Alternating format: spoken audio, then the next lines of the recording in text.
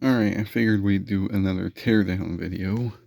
This is a Lakewood 200i. Just needs cleaned up a little bit. It's getting dirty. So I figured, why not do another cleaning video? Alright, I figured we would start by the teardown, I guess you call it.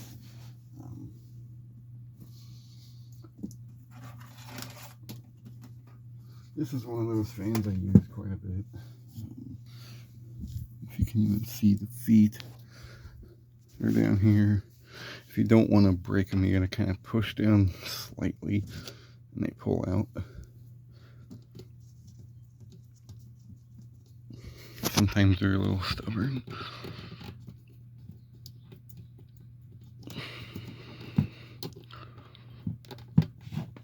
Yeah, like I said, sometimes they are a little stubborn. You gotta use force, but they'll come out. And then after that, it's pretty simple. You unscrew the grill and do your thing. So let's do the thing, I guess. This fan really ain't that dirty, but everybody always asks me to do freaking teardown videos, so here we are. Actually, I usually like to start on the sides here. Just easier this way.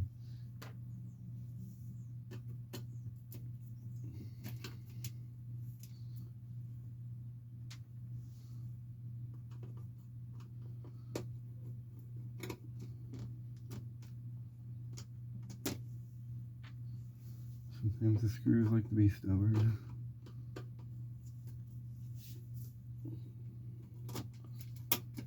Like that one, for example.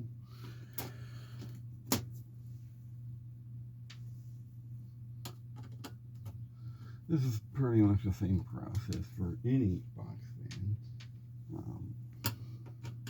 They're all built pretty much the same way. I mean, there's small quirks between different fan models and whatnot, but for the most part, they're all pretty much the same. You want to pull a cord through the bottom here, and with these, you can pull it through and not break the slat out,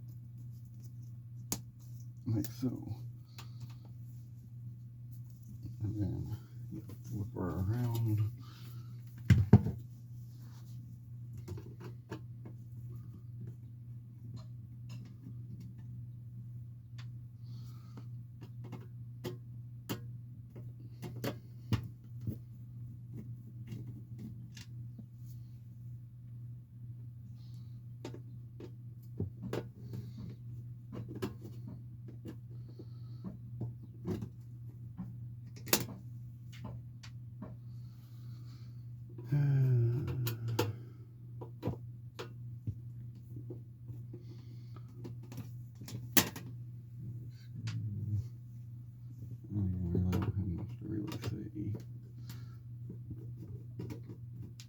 These are a lot more simpler to work on than the freaking oscillating fans,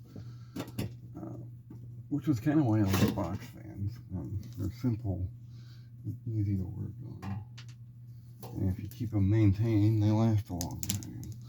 Now this is the part where everybody always asks me about. How do you take a box fan blade off? Well, there's multiple different ways to do this.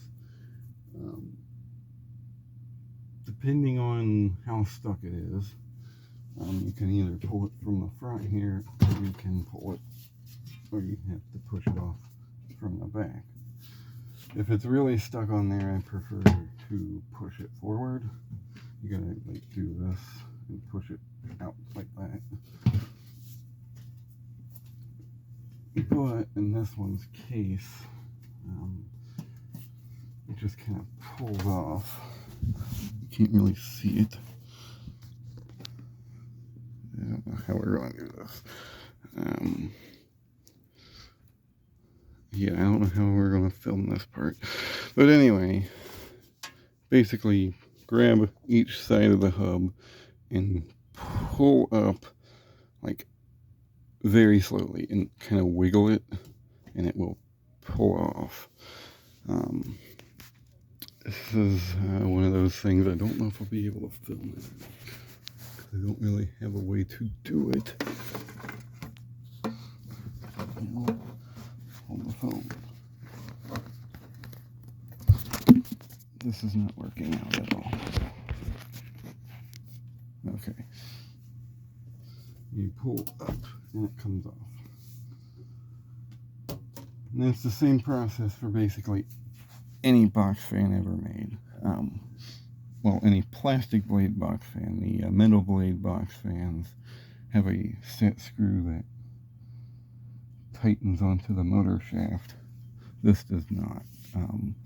This just relies on pressure from that there. So, and now I got the blade all greasy. So, and from there, you can clean it up. Use the power of mean green in a rag.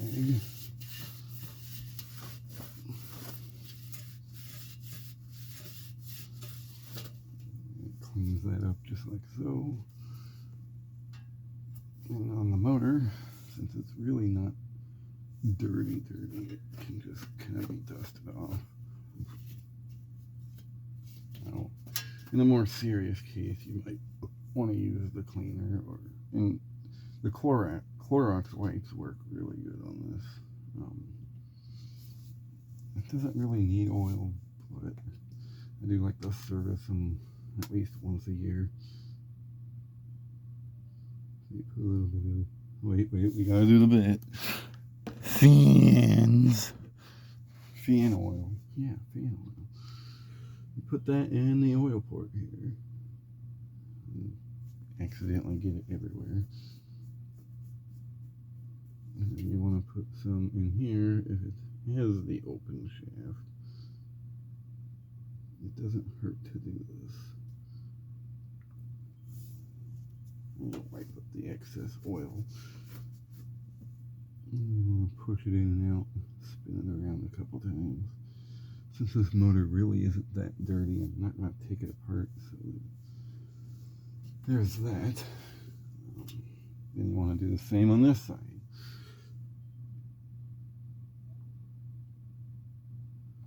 Put a little bit on there, spin it around, wipe off the excess bull crap, and there you go. And for those of you that wonder the date codes on these, that's not your date code. The newer versions of this motor with the smaller vents have the date code printed on the sticker. This one, however, it has it printed on the actual motor somewhere. Oh wait, maybe that's it. J91. I don't know. But it is from 1991, so there's that. I want to clean up the blades, and I'll get back with you in a minute. Alright, so we can reassemble the thing now. This basically goes the same way as before. You just kind of align the flat part with the flat part on the motor shaft, and then you just push it back on like so. And then we put the grills back on, which these weren't really that dirty. I'll wipe them down and just kind of keep them clean, but you know. And then what I like to do with these kind of grills like this one is you line up the two holes here, get your freaking screw on the screwdriver, if it'll freaking stay on the screwdriver, You screw in the opposing sides, like so.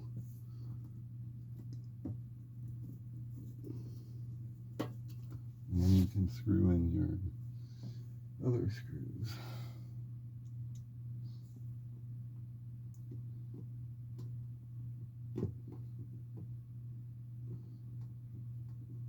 Sometimes these don't like to align very well because for some reason the plastic doesn't like to align with the metal, I guess you could say.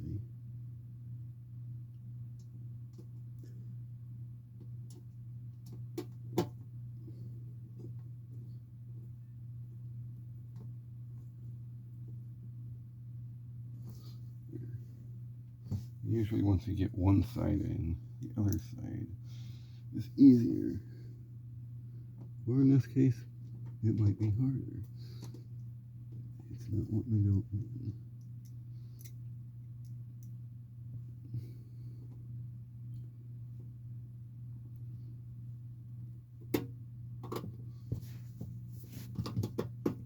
Ugh.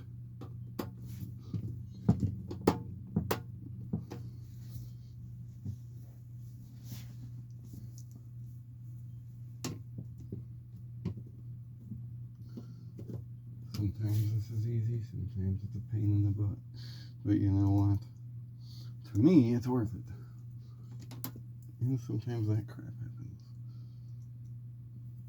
It would probably be better if I had magnetic screwdrivers, but we don't got that kind of budget around here.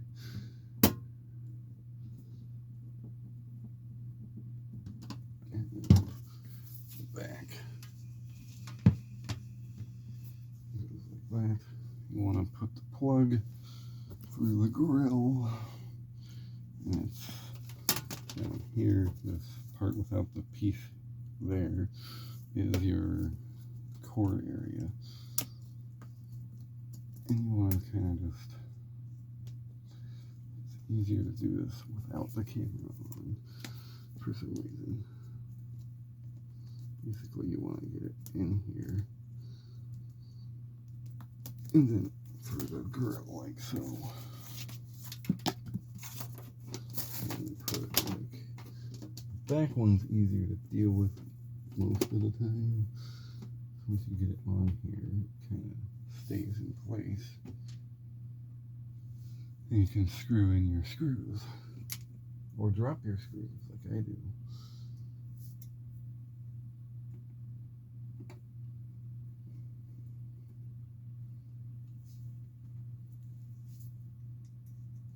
This wasn't really a huge tear down like I have done before. But, you know, I do this to prevent doing a big tear down on a fan. Just because it's so much easier to just clean it every so often. And then, rather than tearing it down every freaking, hour. It makes sense to me. Probably not to you. But it is what it is. And I'll tell you what else is what it is. This freaking screw won't go in the freaking hole. This is why we don't record teardowns usually, because I end up getting annoyed and I start cussing at things. Like, freaking heck. I'll just do the top here. And this one. This one wants to be a pain in the butt. So, we'll drop the screw again.